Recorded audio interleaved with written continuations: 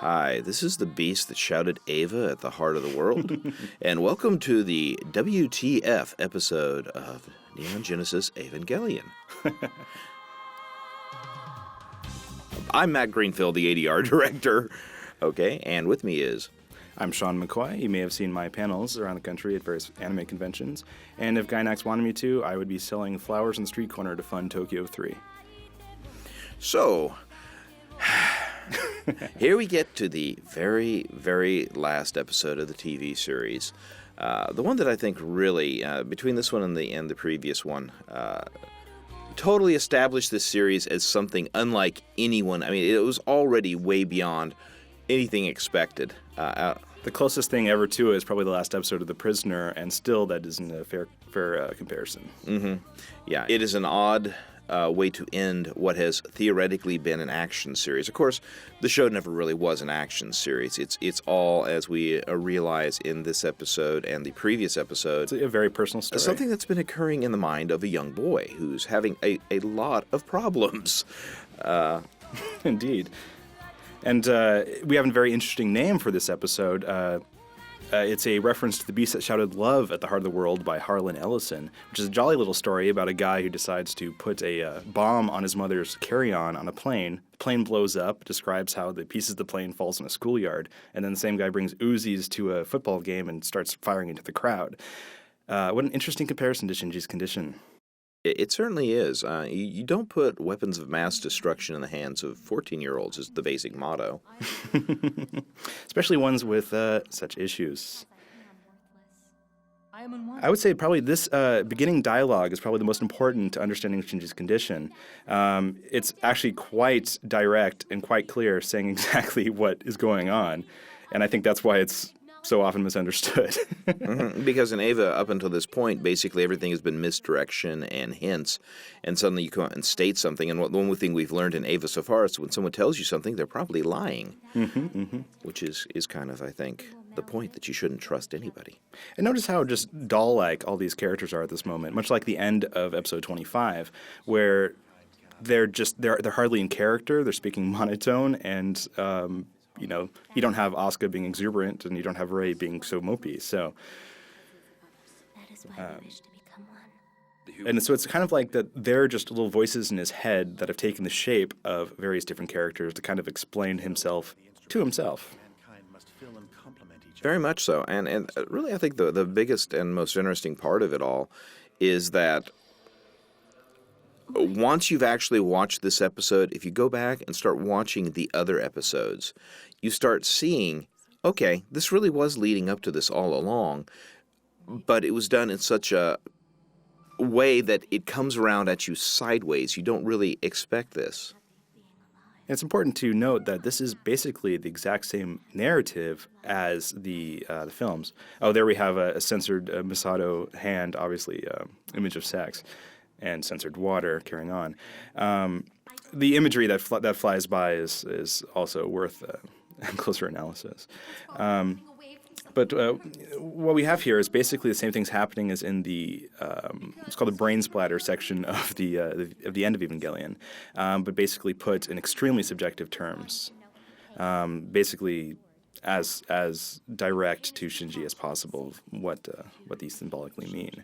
We see later on Ritsuko and Misato disposed of much like they are in the film, and other bits that follow perfectly in line with the film. This is because running away can be far worse. That's why you do not wish to escape. And notice that these characters are chastising him a bit more than in episode 25 when they were kind of just informing him of things. Like they were initially in 25 kind of describing the situation, where now they're like saying, hey, what are you going to do about it? Mm-hmm. Well, also in 25, the point of view is broken into multiple character views. It's not just Shinji's point of view, and here it's finally focused completely onto this is simply Shinji's view. Before we saw the Asuka aspect, we saw the Misato aspect, and now all of a sudden it's like, okay, no, now this is... Everyone else has gotten the picture, Shinji. It's time for you to get on the bandwagon, or not. Yeah, here he's basically, this is Shinji's choice. He's trying to maintain praise because the only benefit of external contact he has developed so far, and understood so far. So he's now saying, oh, well, if I'm not an Eva pilot, what's the point in existing? I've got to do it. No, that's not true. You don't have to. No, you just think you do. No, you're wrong. There we go. And so they're disagreeing with him now, saying, hey, why don't you just live for a little bit, huh? Yeah, it's interesting, and of course we have a lot of these symbols that are popping up are reflective of very aspects. We've had a number of very phallic symbols with the power drill and the guns and so on. We also had a little pen sign earlier on. Mm-hmm. So here we see symbols from other people's lives that are actually very pivotal in his own. The glass is very important to Rei. The doll, kind of the source of all issue for Asuka.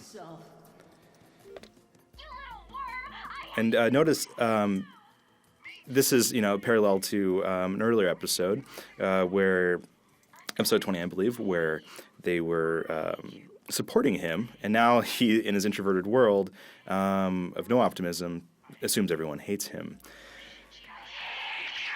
And it's a different order than in episode 20. Mm-hmm. Every person in existence must hate me. No, that's just what you imagine. Yes! Once again, Ray sums it up nicely. If we assume that, in fact, everything only exists in your mind. Well, okay, she does hate everything, but that's Asuka. Just a practical Asuka. The bicycle that he has not yet learned to ride. Being nice to me for the first time. And it's interesting. Here we have the Matt Channel Shinji, as I like to call him. Mm-hmm. And this brings up if I could paraphrase Picasso here, art is something inside a frame that gets its value because it's a mirror that selects what reflects back to you. This is basically a classical way of saying that Shinji is what's inside that frame there, and he is what he has seen. And a lot of it is, all of it is these conflicts and people he's met throughout his life. Mm-hmm. It's also a very Magritte type image in general. It's just the object, you would expect this to go on behind him instead of inside him. And that, again, emphasizes the fact that this has all been brought internally, that there is nothing except Asuka, because that's the one thing that was outside. Exactly. And the use of titles, brilliant. Mm-hmm. It forces us, it's absolute information. It forces us to think of this point. Can't be subjective like things are earlier in the series. And remember some of the earlier comments in Rei's poetry about rain and the sun, and contrast it with the way Shinji is feeling right now. Mm-hmm. The beginning of a day. And Asuka's overall nihilism. Mm-hmm. I mean, they are just, in the end, Rei and Asuka are the alternate parts of Shinji's personality in that context. And if Shinji is in the middle, then Asuka is the id, and Rei is the superego. One is the conscience, and the other is the bestial input. Mm-hmm. And then Shinji there in the middle. Which one do I follow? Which is me? Yes, and it also brings about the choices of man. Do I keep the image of woman as mother, or do I view the image of woman as wife or lover? And Shinji, for security reasons, tries to stay with the mother throughout. Sees Rei as a bit more comfortable, but eventually knows Asuka must be the one chosen because that's the only way that the human race will continue. Yeah, I think that's partially also a good explanation for the popularity of the character of Rei is she is easy, and not just in the sexual sense. It's like she is very much something that can simply be brought in and does not require anything on the part of Shinji to adapt to. Oh, and see his response about his mother just told him something, and now he's actually getting affected by it much more. And this all falls parallel exactly to the film. His character arc is exactly the same as in the film. And here he's losing definition. And if you were an animator, well, you exploring these issues, you'd say, okay, well, it's I'm simplifying the art to its bare parts to deal with just the issue, and so he's disintegrating as artwork into base. He was a layout drawing, and he's going to become simpler and simpler. It's rather reminiscent of the old, I believe Chuck Jones directed it, the Point in the Line. Yes. Yes. Which I've always thought was a big influence for this scene. Well, and we see other things. We have Xeroxes of parts of the film. You know, artifice copies. We have everything is kind of false, but More and no less than the sum of my self-awareness. But I don't understand. that's the greatest line. Myself is myself. But it's important because it reminds us that this is a medium, and we're exploring concepts with a medium, and it's forcing you to deal with these ideas, and that's the greatest drawing ever. Mm-hmm. We call that in animation ball and toast when an object wraps around another object like that, where Asuko is basically imposing on Shinji. Yes. But I still don't understand myself. Yes. I don't even know what it is that makes me myself. How can Okay, and once again, now we've got the three aspects of femininity confronting Shinji, which is something that he has been basically trying to come to grips with the entire show, is, his sexuality and his relationship with the female.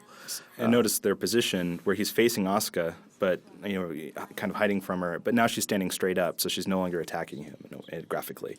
Change anytime your mind perceives. So he is basically just choosing between three almost equally heighted things. So here we have Shinji-san's definition. So think of, if we compare this to like Adam and Eve, for example, Adam originally had no definition because he had no want, he had no need, he had nothing, because he basically had everything. See, but nothing had any value. Think about, how much you want, a new piece of clothing or something, but once you have it, that kind of goes away. Shinji is basically saying, well, this is kind of comfortable because there's nothing, there's no external influence. I'm in balance with everything because everything is nothing. It's literally a return to the womb, to the point where there is nothing except existence. Exactly. And yet, Let's see. And we learn that contrast creates definition. If everything is him, then there's no point. Now that he has limitations, well, he is not as free, and so. But he is given the option that he has landmarks, he can move, he can travel, he can make something of himself, he can go from point A to point B. Something is different, and so something can be gained, and that gives value to life, which is basically the tremendous, the key to this entire show. Basically, you are given this freedom, which causes suffering, so you can actually live. Happiness is more than a side effect. The suffering and the happiness are just what happens when you take them. Note that we went into a spiral which became an egg, which is now becoming, we're evolving as the process, and yet the end process is a cross. Some proselytism. And an eye is is at the very end. The eye is the eye of truth. It's the eye that sees the world as it actually is. But with only So myself. basically what we have here is Shinji is deciding if he should leave the Garden of Eden. He's in this false Eden he's created for himself, the sense of beginning, the sense of nothingness, where he was, even before he understood the self that is mother. Recognize your own image. But now he's realizing that, hey, I can have definition, I can have happiness. So he's kind of realizing the value of leaving the garden, leaving the point of beginning. having to observe the barriers between yourself And note also that the shape that we're seeing now and the images earlier of the empty uniform, the similarity going on there is that, It's the elusive, it's the vague sense of self that is developing at this point. by recognizing And the differences between so he is still concerned. He wants to fill the void of the mind, this thing he doesn't understand. as a different individual. And here, its definition of self is first defined by mother. And he throughout the show has had to kind of like say, wait a second, woman isn't necessarily mother, woman is also lover, and that's why Asuka is shown there. And here we have, if you had a kind of a different worldview, this is what I like to call the doujinshi world, but it's probably more realistic than the rest of the show. well, yes and no. But it's certainly emotionally probably truer to the average teenager's experience of the world than the version that we've seen. But if we consider that, in effect, Shinji is seeing his entire life as a cartoon, well, why couldn't he see his life as a different kind of cartoon. Indeed, indeed. So somehow he's ended up in a harem anime. Well, that's where everybody really wants to be. Well, is it really though? And I think that's one of the interesting points is that it's become such a popular genre of anime. Oh, I do love what has been tossed in here. Is that so, dear? Just the entire relationship. It's like suddenly Yui is sitting there just cleaning, and you got the little, You ready? Anytime. so classic, dad reading the newspaper, mom cleaning the dishes. Yeah, dutiful husband to the strong wife. Very, very different than the way we would see Gendo, normally. So it's kind of like the perfect little family for Shinji with the perfect girlfriend and everything. Yeah, I will admit there's a line we stuck in there that Tristan McAvery ad-libbed, and it was wonderful. In the original version, is he tossed in from Rumpel the Bailey, "She who must be obeyed," which again, actually, I thought reflected the show very well. Yeah, I think the original dialogue was Yeah, mm-hmm. but still, that caught it. So yeah, this is kind of like when Shinji in the film is talking to Kwaru and Rei and kind of like realizes, hey, there's kind of good stuff in the world, and it is kind of worth living. But it's kind of scary seeing Shinji so optimistic. Mm-hmm. But terribly refreshing, I suppose. It really is. It was nice seeing all the characters kind of inverted and the frantic, hyperactive Rei, as the new girl, which is a pun in and of itself. Indeed, indeed. And I think you can actually get a resin model of that super deformed Shinji hitting super deformed Rei. The birds move in really quickly, inexplicably. Well, again, this is perfect anime world. And I like how the Rei character is so pushed right there. It's just so absolutely not Rei. Yes. Well, it wasn't a... So here we see also everybody else has been matched up appropriately in the anime, the anime doujin world, except for poor Kensuke. Exactly what were you just Yeah, Kensuke, he just, he's still at that phase where all he wants to look at is guns and robots and, and immature stuff like that. So here we have probably the most important Kensuke shot in the entire series. Why am I here? Never mind. It's something all otaku must come to terms with. Do I go for girls or do I stay home and record my favorite show? So. Okay, some things never change. Misato remains a hottie. Indeed. But now Shinji is able to appreciate it. Another great drawing. Just look at those three stooges. This is great dialogue. All right, stand up, bow, sit down. Listen up, dude. So here again we have disintegrating into the art form. How's it hanging? So it's all becomes kind of reflexive parody of itself. Because it's funny, all the materials, promotional materials that have come out for Evangelion, show Rei smiling. Mm-hmm. Yeah, we are also, for animation people, we're actually, if you haven't actually seen a storyboard, the little notes we're starting to see are actually animators type notes. And now this is an actual animation script. We're actually seeing the ADR dialogue. It's been broken down. The top section was a description of the scene, and each of these rectangles is actually a single shot and the dialogue encapsulated wherein. This current myself is the same way. It's not the true myself.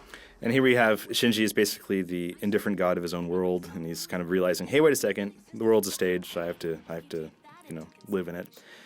Perhaps this world isn't. And guided first by Misato, which I think is interesting. So I guess this is kind of reconciliation of Misato as a mother figure.